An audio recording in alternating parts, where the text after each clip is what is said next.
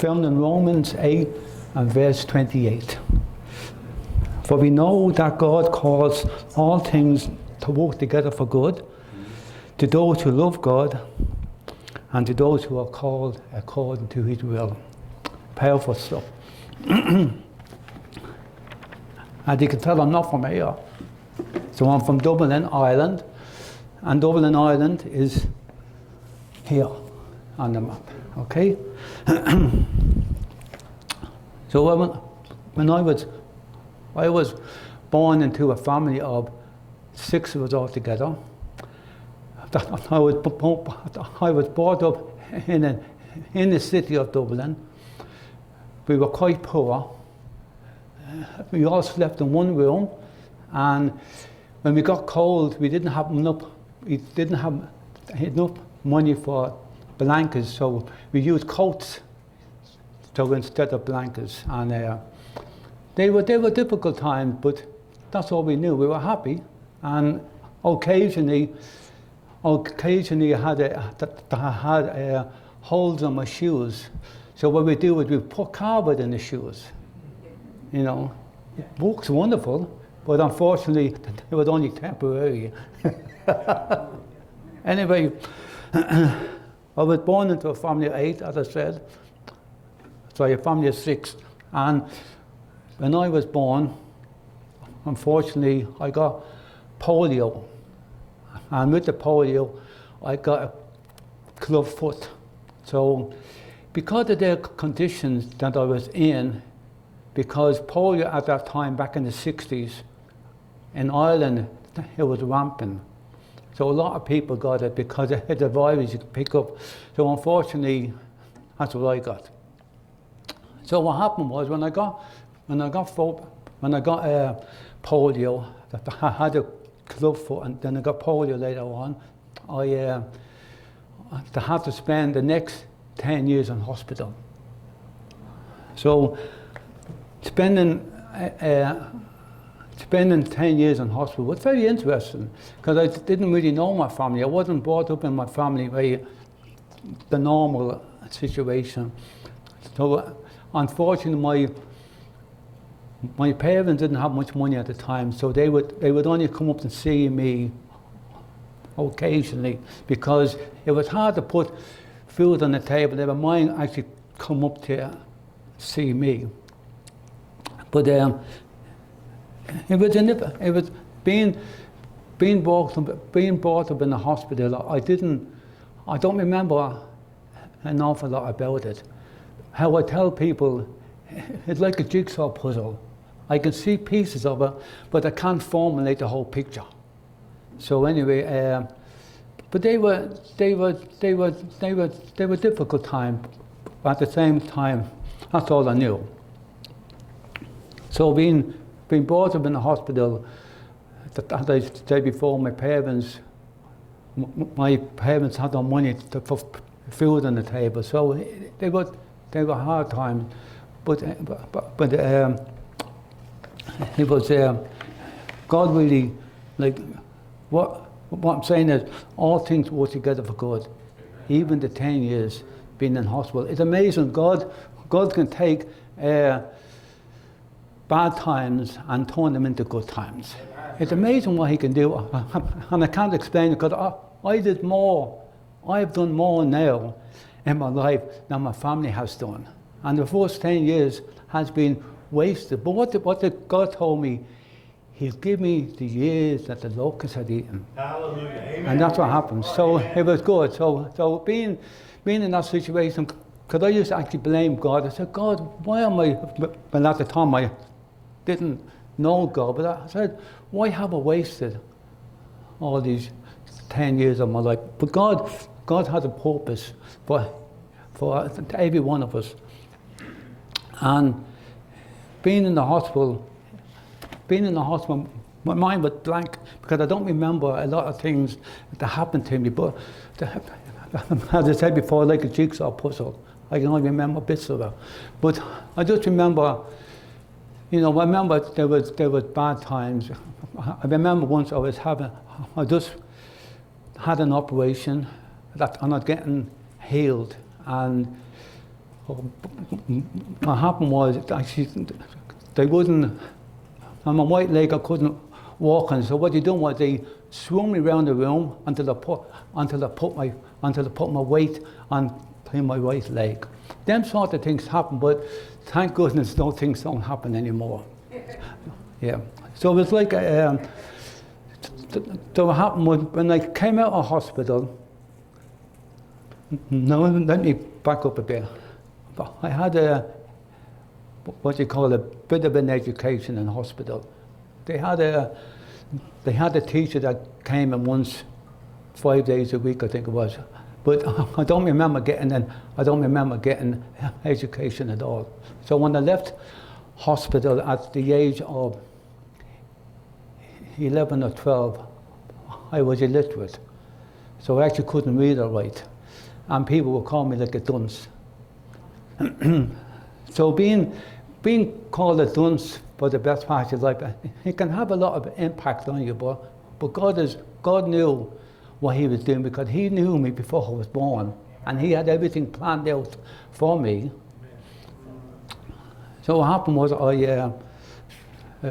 when I came out of hospital,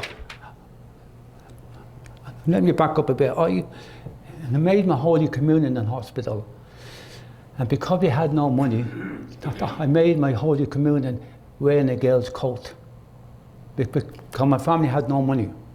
So that's what happened. So that was an interesting time. But when I came out of hospital, I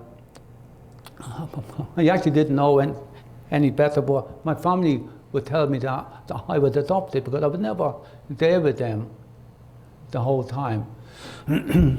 But God did say to me, as I said before, he'll give me back the years that the locusts had eaten.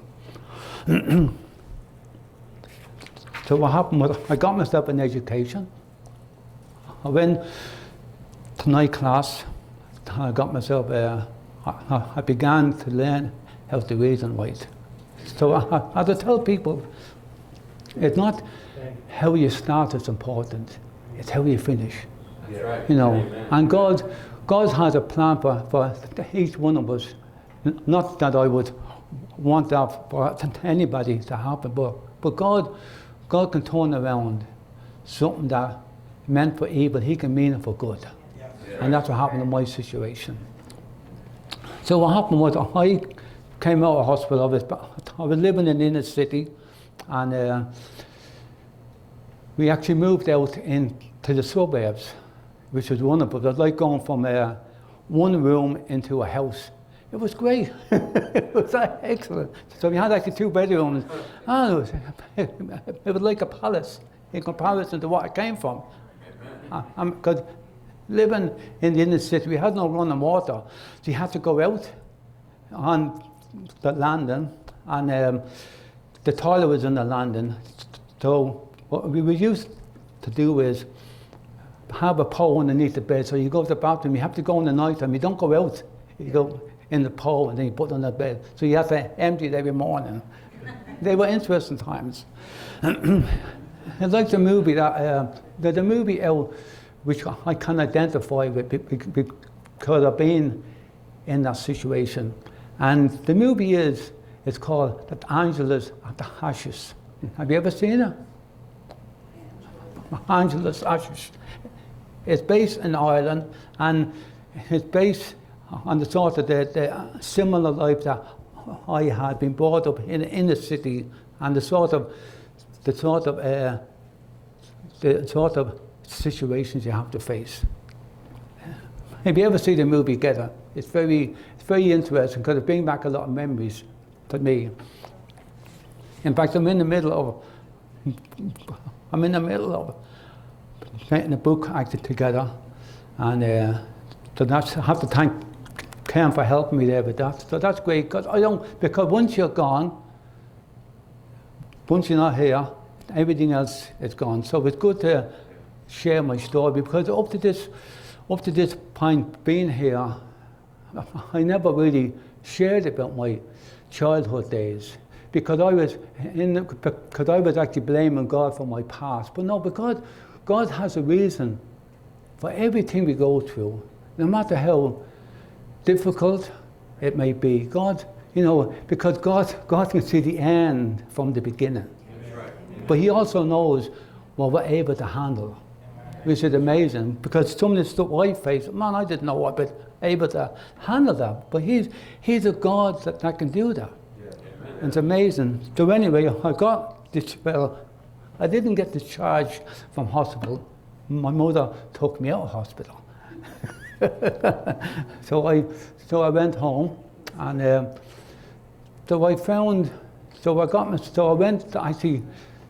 went to night classes, and I got myself an education.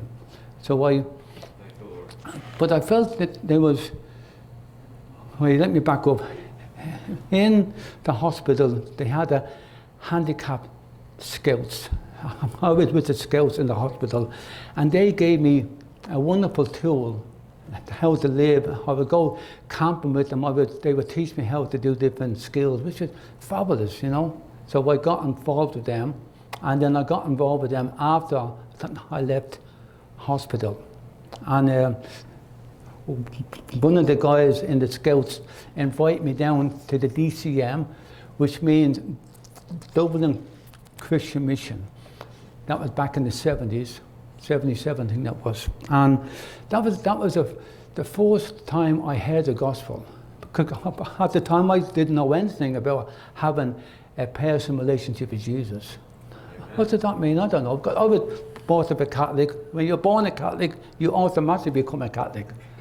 You understand? So anyway, but having a personal relationship with Jesus was very uncommon. I didn't know that.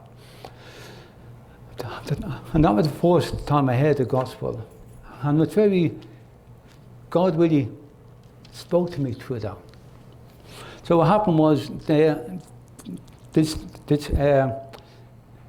were the teenagers meeting on a Friday night, and they were going away the next week because it was the Easter weekend. So I went with them. I wasn't sure what to expect, so I went away with them for 4 days over the weekend. And the guy that was speaking, he spoke at the Friday meeting. He was the guest speaker on that weekend, and he was sharing about what is actually church. What is the church? For me, I thought it was a building. No, but not. So it was over the Easter weekend. I remember this well. And on Friday night, when I was in the actual place, I asked Jesus into my heart. Wonderful, So, so God, it's amazing how God works. It's amazing, like being brought up in the hospital, then being in the scouts, and then meeting somebody that went on the mission. So no matter where we are and what we do, God is in control of every situation, and that really gives us hope. So what happened was I got myself but I had a lot of jobs because I began to work at the age of 14. But actually, the longest job I had, I worked in the meat plant. So I was there for 10 years. And I was a foreman there, supervisor foreman. And I got very actually disheartened. This is after I accepted the Lord. So I was growing in faith in the Lord. But I felt God has a reason for me. Why am I here? So what happened was I went along, so I was in the factory for 10 years, as I said. I have to say, working in the factory, in the meat plant, gave me a lot of preparation for what God has in store for me in the future. So anyway, I felt God has something else for me. So I got in contact with a mission that's based in Wales. And I got in contact with them. That I met them at a weekend. They had a prayer meeting weekend, had a information weekend. What is mission? What is it all about? And God really spoke to me through that. So I went away with them to North Africa for 4 weeks. And we went overland. And I have to say that was a wonderful experience, but at the same time, I didn't have a pleasant experience, because when I told my sister when I got home, I never want to go back there again. Never say never. Never say never. So that's what. So what happened was, when I came back, that I actually took the extra 2 weeks off my job to actually do this. And when I got home, back to the factory and back home, I decided that God was calling me. Now, after being over there, I had a bad experience. So, but God was still calling me. So I said, "What's going on here?" Because I felt, man, I don't want to go back there. You know, I had an awful experience. But in the awful experience, God gave me half of that part of the world. So what did I do? I packed up my job, and I went into I did 1 year in an inner city Bible college. And that gave me preparation for going over there. So I did the same place where I got born again, in the inner city mission. They had a 1 year course, so I did that, and that was good preparation for what God has for me in the future. So I went over to Wales, where my mission is, and this was back in 1990 now. So I actually joined the team, and I went back over to North Africa, where I was before in '88, where I didn't have a good time. And God gave me half of the people there. It was like going back home. I felt so at peace there. And I told the people that was there that I feel God is calling me there. So what I done was I went back over to the mission in Wales. Then I joined them up. So I joined up with them, and I went back. So I was in North Africa for 18 years in total. So I was doing a lot of in North Africa. You can't go out and evangelize. But how you do it is, it's called friendship evangelism, where you build relationships with people, and hopefully, so you actually pray for them, and hopefully actually God will reveal himself actually to him. What happened was, I was walking down this town in North Africa where I lived, at a small village, and this guy came up to me and he said, "Look, I have a Bible." Oh, that's interesting. So I went to his house. It was a Jehovah's Witness Bible. So that's very odd. In that part of the world, that's very strange. But anyway, he accepted Jesus as his personal Savior, and he's walking with the Lord now. So thank God for that. Yeah. And the other incident that happened as well, because I had to learn that Arabic, and I have to tell you, I don't find languages easy. It's bad enough speaking English, but to speak Arabic, it's something else. Assalamu alaikum, Smithy William, Anna Mena Landa. So I had to learn Arabic, you see. So anyway, I find language very difficult, because I found out later that I have what you call dyslexia. So that's another issue in itself. So anyway, I found, like, for me to get the Arabic, I have to work harder, you know. I have to persevere. And it used to make me so mad. People would just actually come in actually to North Africa, and they could pick up the language so easy. That used to bug me to death, because I'm like a dog with a bone. I won't let it go until I actually get what I want. But with languages, I find them extremely difficult. But by God's help, that I was able to get by. I can't say I'm fluent, but I can make myself understood, which is good. That's all you need to do, really. Yeah. So what happened was, I had a language helper he could speak English better than myself. He was a native So he became my language helper. So I had opportunity to speak into his life. I employed him because unemployment in North Africa is very high. Like, lots of unemployment. I don't know how people survive. What they do is, if they have families in different parts, like maybe in France or Spain, they would support a family actually back in North Africa. Anyway, this language helper, he could speak English perfectly, and he became a language helper. So I was building up a wonderful relationship with him, and occasionally I would tell him about the gospel. Now, I didn't do it all the time, but then he came in to my house one day. He said to me, you know what happened? Jesus appeared to him. It's incredible. That's what happens over there. You know, that's what happens. So I don't know where he is now, but this is going back a while ago, but Jesus appeared to him. So I just hope, hopefully I'll actually see him when I'm in heaven.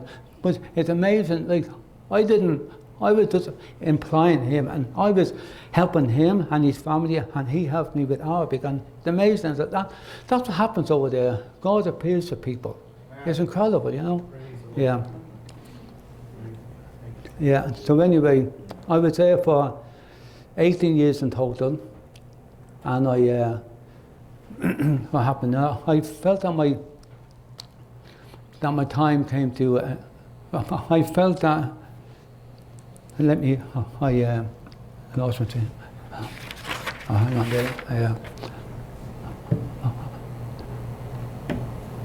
What happened was it was in the middle of Ramadan. Actually, people know what Ramadan is, where it's the holy month of Islam. What happened was I was walking up the mountain to celebrate Ramadan with a family, and I got stabbed in the back. So I almost died over there. Yeah. So 1 minute I was talking to some friends, and the next minute I found myself face down on the ground. So what happened there was they took me on a horse and cart down to the local hospital. And after being stabbed, you know how unsteady the road can be. But I was in so much shock, I didn't feel that. So they took me down there, and then they brought me in to the local hospital in the main city. So they told me I had like punctured lungs, so I had to go home. But what happened, let me back up a bit. A few years earlier than that, my wife-to-be came over with what they call his YWAM, and they were in. My wife they were there. So when I was at the centre, she was there with all these teenagers. It was an exposure to them to be in that part of the world. So I liked her at that point, but I lost contact with her. But then when I got stabbed, she was back in Ohio. So when I got stabbed in the back, my friend in Richmond, Virginia, said to me, "Come on over to the States and spend some time with me," which I did. And while I was in Richmond, Virginia, then I got reconnected with Laura, who lives in Ohio, down here. So and then I actually didn't know that, but Laura was calling her over to North Africa too. But she was telling the Lord, how can I go actually being a single woman? So what happened was, when I got back when I came over actually to Richmond, Virginia, I reconnected with Laura.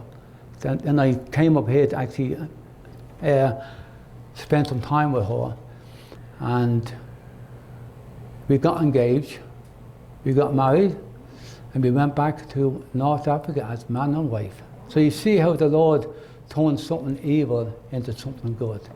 It's incredible. Yeah. It's incredible, yeah. So that's what happened. So that happened. So we got married, and Laura had to finish up her teaching diploma here. So we went back as man and wife to the same place where I got stabbed. And one morning when I was coming back, the guy came up to me and said, "I apologize what happened to you, what happened to me." Now, I didn't know this guy because it's about a long time after, so I didn't know who the guy was. So he said, "I'm very sorry what happened to you." He said, I was on a lot of medication. So that really brought a lot of healing. That was wonderful that happened. So that was the real answer to prayer. What happened was, if I didn't, the time I got stabbed, if I didn't write on behalf of him and told the court I have nothing against him, he would have spent his rest of his life in prison. But because I told him I have nothing against him, he only got, I don't know what he got, maybe 6 months, maybe 1 year. But it was good. He came up to see me, and he apologized. And that brought a lot of healing. Yeah. So anyway, Laura and myself, we walked in this village that was part of the mission back in Wales, and we would do a lot of hospitalities. So what we do is we would have people from different parts of the world, and they would actually come in.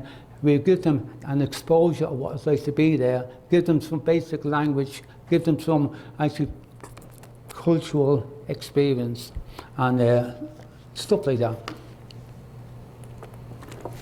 And then we would take them up actually to the mountain and go on donkey rides and stuff like that.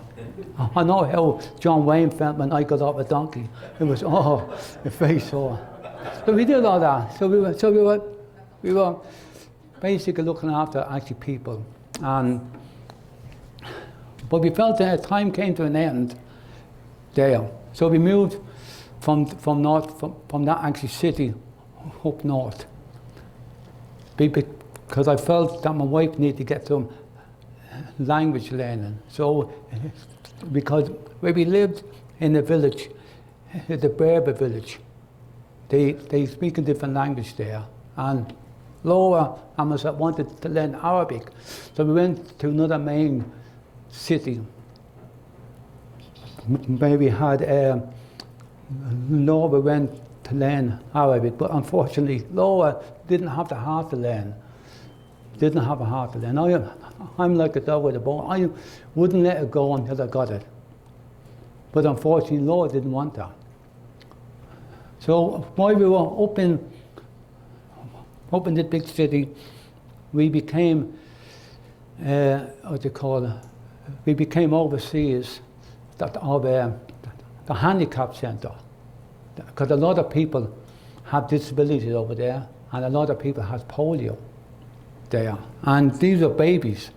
So we were looking after them. So we would go up maybe once a week or whatever, and we make sure that whatever they wanted, we would give them. We were in charge of that. It was actually, what happened was, different mothers would bring their babies in, and we would make sure they're taken care of and they get the treatment that they want. So we were just involved, make sure everything got done, because we had about 4 ladies who were there, and they were looking after things. We just want to make sure that everything went the way it should go. So that's what, and I was also involved with the expat church over there. So I was involved with that. But what happened was the the authorities actually didn't want us actually to be there. So what they done was, they got these people that were involved with the church. They could speak Arabic better than myself, and people who have a lot of ministry over there. The police came in, knocked at the doors and said, they escorted all these guys out. Now, these are missionaries. They got escorted out, and they got put on a plane or on a boat.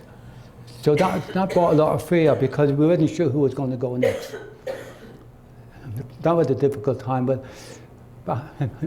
like in that time we felt that we were looking after the orphanage. What happened was, we were bringing a team over to this orphanage, and they were bringing stuff in for the children. So these were native children born in North Africa, but they had parents from other countries, like temporary parents. Well, what happened was that the police came in and told the temporary parents that they were indoctrinating the children. So all the parents got pushed out, the temporary parents, and the police came over and actually took over the whole place. That was horrendous. So, yeah, so I don't know what's happening there, but so that brought a lot of fear into people's lives over there. So anyway, we felt a time had come to an end there. So we packed up our bags and left, and we went back over to Ohio. And while we were there, we were wondering what we should do, but Laura found a black and blue mark in the palate of her mouth. It was a form of melanoma. So they found it here, which is good. They didn't find it over in North Africa. So everything,